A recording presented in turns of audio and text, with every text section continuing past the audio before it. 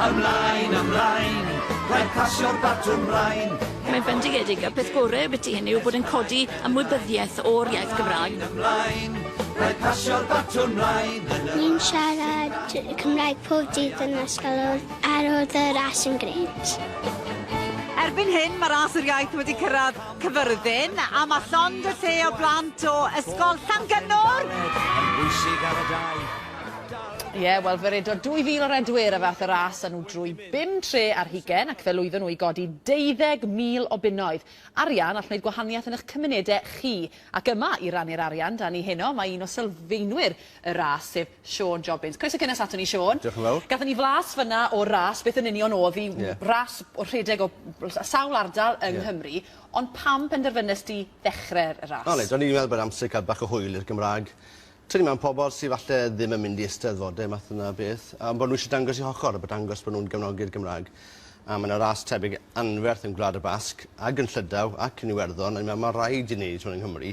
A beth sy'n wych, mae tynnu pobl at ei gilydd, pobl sy'n siarad Cymraeg yn eith gyntaf, neu dysgwyn yn hun o di-Gymraeg, mae'n rhedeg neu stwardio. A beth sy'n digwydd ydy mae busnesau neu cymdeithasau yn roddi 50 pint am gilometr neu mwy, mae pobl yn rhedeg. A mae'n jyst yn deimlad gwych, mae'n mor wych pan chi'n rhedeg, mae'r buzz gyda'r peth, mae'r music.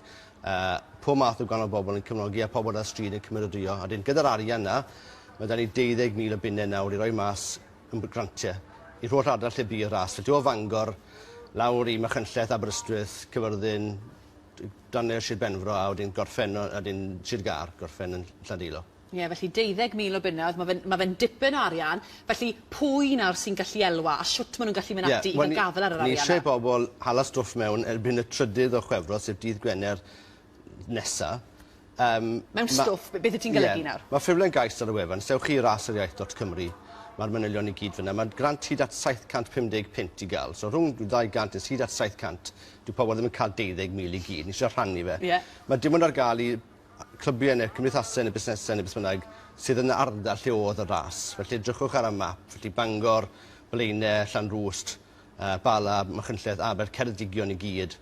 A wedyn Crymych. Beth sy'n rhedeg yn Crymych? Do iawn. John Cilrywe a Rodri Efan yr actor. Yn gynnar iawn hefyd. Yn gynnar o hanner o dioeth con i fyna.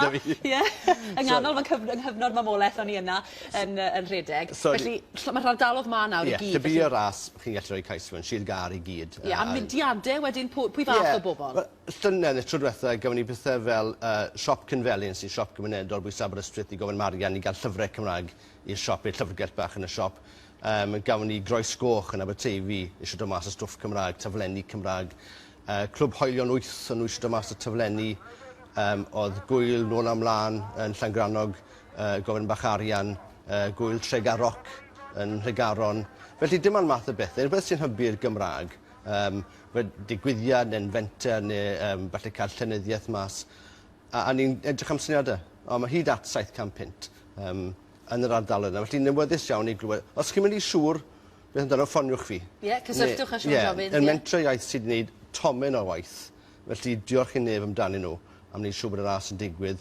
A maen nhw hefyd yn lot o'r gwaith gwynyddu. Felly os chi'n stuck, mae'r taflenni mynd at menteriaeth yn y gogledd yn Llanrwst bydd Iwan Hywel yn barod iawn i siarad â chi. Neu cysylltwch â fi, mae'r manylion i gyd ar y wefan, neu ewch chi Facebook neu Twitter hefyd.